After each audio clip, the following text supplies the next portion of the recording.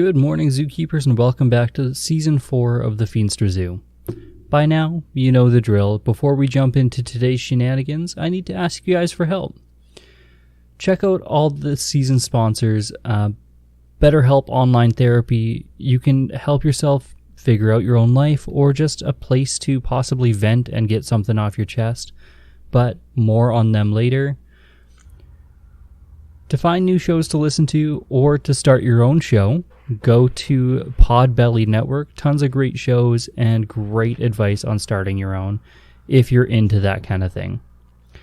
If you care to support the show and myself directly, go over to buymeacoffee.com for a one-time donation. Helps out the show a lot.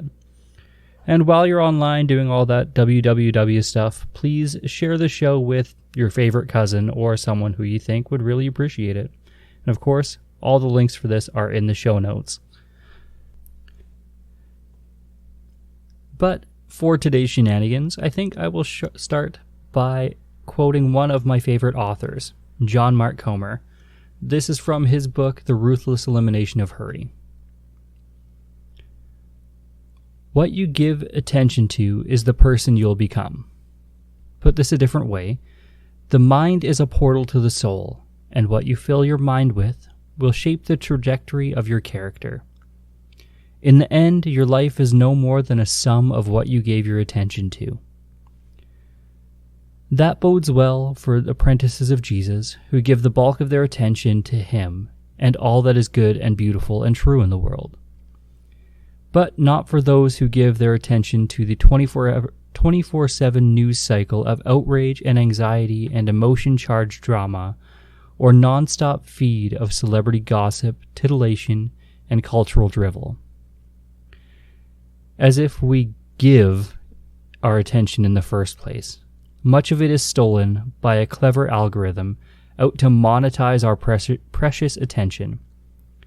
But again, we become what we give our attention to, for better or for worse. So what do you think it is that I'm talking about today? Well, today, it's what do you give access to your life? Life, when it's boiled down to its absolute simplicity, is just a series of choices. Every yes is a million no's. To say yes to reading a book in the evening means not being social, not going out. It means no to watching TV. Saying yes to becoming a runner means giving up time elsewhere that you would trade for miles of running every week. It's always a choice. Where you give your attention, what you allow access to in your life, that will change who you will become. If you're like so many of us, about 3 years ago, you started tuning into news, and the news was a bit more than weather. It was a bit more than, how's your neighborhood? This world pandemic, this absolute terror cycle of what we were being fed. Whether it was on TV or social media, we all got scared, and we all started paying more attention. Immediately in this house, we noticed that our anxiety and our stress and our panic and our depression, it spiked.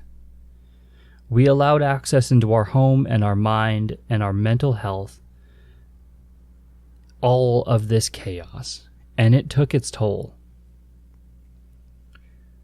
The only way Shalane could think to cut anxiety and fear was to delete Facebook. And some days, I wish I did too. Like I said, what are you giving access to your life? What are you letting define your life? If you were asked to describe yourself in just a few sentences, how would you answer it? For myself, it'd be something a little like this. My name's Spencer. I'm 31 years old. I'm a husband to Shalane for nearly a decade. I'm a father of 2 beautiful girls. I'm a podcaster, and I'm a travel advisor. And I'm a student of Jesus Christ. Not necessarily in that order. But man, let me tell you, there's so many distractions in this world, so many things that are banging on the door, begging for access to my life, so many things that are screaming for my attention. The worst of which is this small piece of technology named after fruit that I keep in my front pocket. My iPhone has been designed to steal my attention and to sell my information for profit. And the crazy thing is I pay monthly to let it have access to my life. Now, to mitigate this access, I have to treat it like another child. It sounds crazy, but hear me out for a second. I give it rules, I give it boundaries, I give it a bedtime, and specific privileges. Right? Sounds crazy, but it does sound like another child. If I don't do this, it will overtake my time and attention, and my wife and my real children will suffer for it, and they'll be neglected by it. Another problem child for myself is careerism. I could very easily be overcome with putting stupid hours into work, and again neglecting my family for something that I swore I would never do. But it needs to be constantly managed. Corrie ten Boom once said this. She said, "If the devil can't make you bad, he'll make you busy." You see, it doesn't matter either way, you're not giving attention to the things that really matter in your life. These choices we make or the things we give access to, they shape ourselves in ways that we see the world. Everything is changed by what we allow into our lives. Another way to say this is, what boundaries have you put on your life? Thank you to BetterHelp for sponsoring this episode. BetterHelp is the world's largest online therapy service, 100% online. With BetterHelp, you can tap into a network of over 25,000 licensed and experienced therapists who can help you with a wide range of issues. To get started, you just have to answer a few questions about your needs and preferences in therapy. That way, BetterHelp can match you with the right therapist from their network. Then, you can talk to your therapist however you feel comfortable, whether it's via text, chat, phone, or video call. You can message your therapist at any time and schedule live sessions when it's convenient for you. If your therapist isn't the right fit for you for any reason, you can switch to a new therapist at no additional charge. With BetterHelp, you can get the same professionalism and quality you expect from in-office therapy, but with a therapist who is custom-picked for you. More scheduling, more flexibility, and at more affordable price. And right now, you can get 10% off your first month at BetterHelp by visiting betterhelp.com/thefiendstresu. That's betterhelp.com/thefiendstresu. And guys, I really just want to encourage you to try therapy if you never have before, because I can speak from personal experience that finding someone you can talk open and freely with no judgment coming back at you, someone who literally is there just to help you sort out whatever it is that's weighing on you. It's an incalculable value to yourself. It's literally saved my life. So please do yourself a favor and give it a shot. You have nothing to lose. So please visit betterhelp.com/thefiendstresu. That's betterhelp.com/thefiendstresu, and you can receive 10% off your first month of therapy. Let me ask you this, and take a second, pause the show if you have to. Are you completely happy with your life? Unless the answer is immediately and completely yes, you may need to take a look at what you have access, or what you've given access to your life. Or look at what boundaries you've assigned for yourself. I've said it before on the show, and I know my wife and I talk about it a bunch, but your life is perfectly designed to give you the results that you're getting. Meaning that if you want something in your life to change, be it money, fulfillment, joy, whatever it is, you need to find the root cause and you need to make a shift. If you don't know where to start, I recommend praying and asking God for help. You see, in Proverbs chapter 2, verse 5 and 6, it says, "Then you will understand the fear of the Lord and find the knowledge of God. For the Lord gives wisdom. From his mouth comes knowledge and understanding." Next, talk to someone you trust and ask them bluntly, "Why do you think I'm unhappy or full of anxiety or whatever you think your problem is?" Or if you don't know what it is, ask them, "What is my biggest issue?" And if they're a close, trusted friend, they'll know and they'll tell you. Just make sure that they tell you out of love, out of wanting to help and not putting you down, because that's a whole different topic. But for me to bring it back here, focus on the people, the things, the technology, the videos, the music that you allow access into your life. And as I'm saying this out loud, I sound like my mom. You know, what are you letting in your ears? Sorry, Mom. For each of these things that you give access to your life, run them through this metric. Does this help or hinder my life?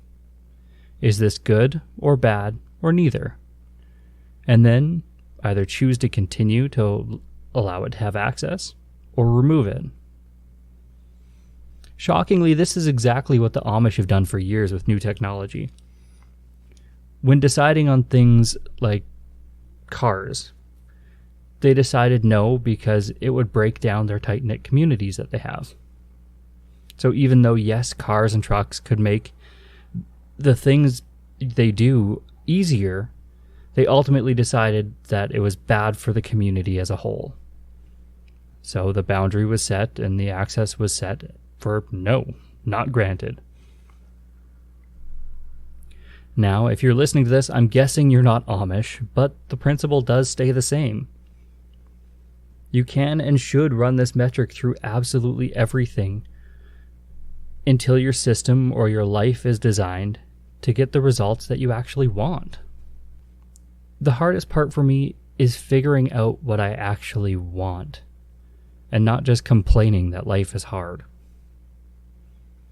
Now, luckily, I am blessed with a phenomenal wife to keep me in check for all of this.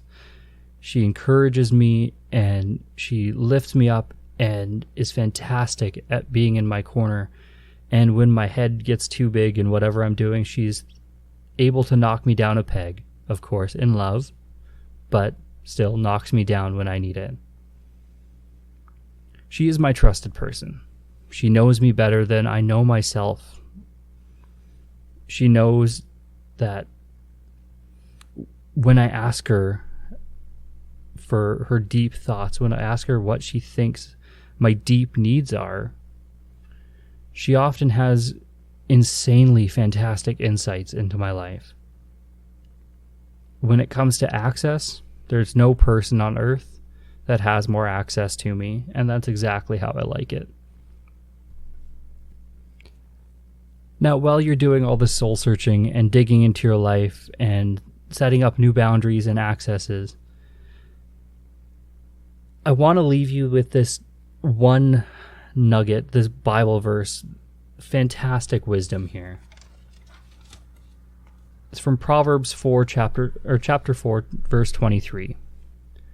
"Above all else, guard your heart, for everything you do flows through it."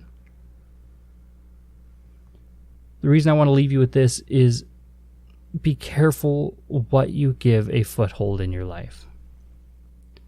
Set proper boundaries, even for the good things in your life. Protect your heart and protect your family. Now, I feel like this is a pretty good place for me to stop today. I think that there's a lot more in this that I want to explore before I share my personal stories, my personal struggles with you guys here. There's more that I need to unpack. And then I will be bringing it back here and letting you guys in on it because it's a fantastic conversation to have.